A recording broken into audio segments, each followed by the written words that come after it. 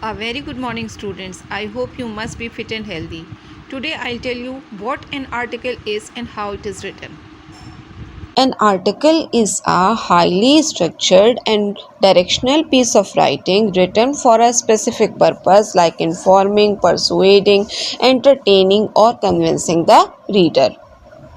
Article जो है वो एक हाईली स्ट्रक्चर्ड और डायरेक्शनल पीस ऑफ राइटिंग होता है जो लिखा जाता है एक ख़ास उद्देश्य के लिए, जैसे कि कोई जानकारी देने के लिए, कोई चीज़ मनवाने के लिए, मनोरंजन के लिए या जो रीडर्स होते हैं उन्हें किसी बात के लिए कन्विंस करने के लिए।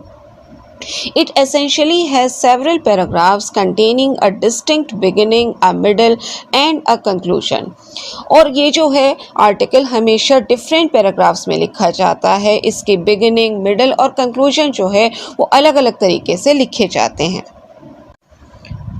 Now I tell you things to remember while writing an article, यानी कि आर्टिकल लिखते वक्त आपको किन किन बातों का ध्यान रखना है। First one is be directional. This means all the sentences और paragraphs should logically lead to the objective for which the article is being written। यानी कि जो भी sentences या जो भी paragraphs आप लिख रहे हैं आर्टिकल में, वो सब आप ऑब्जेक्टिव को ध्यान में रखकर लिखेंगे। यानी कि आपका आर्टिकल लिखने का जो पर्पस है, जो उद्देश्य है, उसको ध्यान में रखते हुए आपको सेंटेंसेस और पैराग्राफ्स अपने आर्टिकल में लिखने हैं। Second is divide your article into different paragraphs और सेवरल पैराग्राफ्स, यानी कि अपना आर्टिकल जो है वो हमेशा डिफरेंट पैराग्राफ्स में डिवाइड करके आप लिखिए। Use the information provided in the input after interpreting it properly, यानी कि जो इंफॉर्मेशन आपको क्वेश्चन में या फिर जो इनपुट में दी गई है उसको प्रॉपरली यूज़ करते हुए आप आर्टिकल लिखेंगे। Interrelate the ideas in different paragraphs to ensure a continuous logical sequence of thoughts and proper arrangement of the article। यानी कि जो भी आप आइडियाज़ लिख रहे हैं उनको इंटररिलेट करिए, एक दूसरे से उनको जोड़ते हुए लिखिए। जो डिफरेंट पैराग्राफ्स आप लिख रहे हैं उनकी इंफॉर्मेशन को एक दूसरे से इंटररिलेट करते हुए लिखिए ताकि उसमें कॉन्टीन्यूटी बनी रहे। जो आपके लॉजिकल सीक्वेंस है थॉट्स का, उसकी एक कॉन्टीन्यूटी आपके आर्टिकल में बनी रहे। Now I'll tell you format of an article. First of all, title or heading will come. There are no predetermined rules as such, but the title may comprise a single word, a phrase or a sentence of 4 to 6 words. The title should be thought-provoking and catchy and should highlight the theme. Title या heading को लेकर कोई भी pre determine rule नहीं है, लेकिन जो आपका टाइटल है या तो वो सिंगल वर्ड का हो, एक फ्रेज का हो या फिर 4 to 6 वर्ड्स का होना चाहिए। और जो आपका टाइटल है वो थॉट प्रोवोकिंग होना चाहिए और कैची, यानी कि उसको पढ़ते ही हमारे माइंड में जो है एक थॉट आए, एक विचार आए कि वो किससे रिलेटेड है, और वो बहुत ज़्यादा कैची होना चाहिए। उसको पढ़ते ही जो है हमारा ध्यान आकर्षित हो। दूसरी चीज़, जो हमारा टाइटल है वो हमारे थीम को हाईलाइट करता हुआ होना चाहिए कि हमारा जो आर्टिकल है वो किस पर बेस्ड है। After writing the title or heading, introduction will come.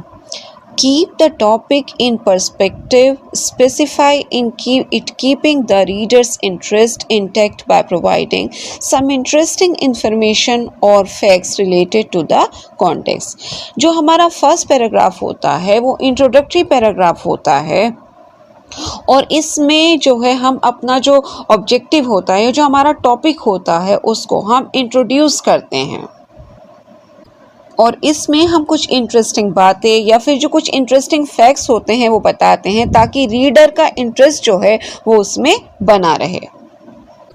Next paragraph is descriptive paragraph or description of the topic. In this paragraph, highlight various facets of the topic like the cause and effect, advantages and disadvantages, etc.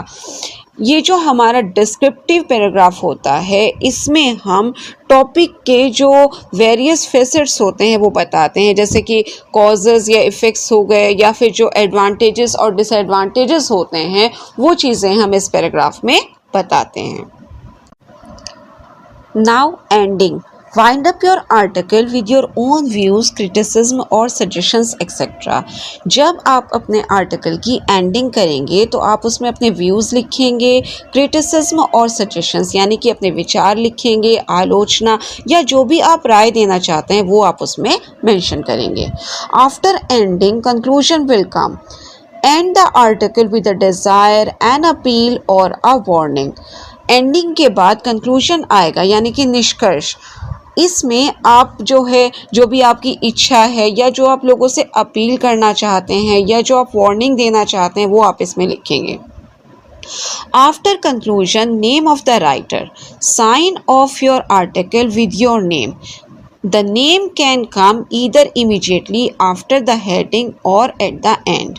जब आपका article बिल्कुल complete हो जाएगा तो left hand side में last में left hand side में आपका नेम आएगा और जो नेम है वो या तो जस्ट आफ्टर द हेडिंग आएगा या फिर एंड में लेफ्ट हैंड साइड में. And here you have to write the same name which is given in the question, or if the name is not given in the question then you will write your own name or XYZ. यहाँ पर आप वही नाम लिखेंगे जो question में given होगा और अगर क्वेश्चन में नेम गिवन नहीं है तो आप या तो अपना नाम लिखेंगे या फिर XYZ लिखेंगे.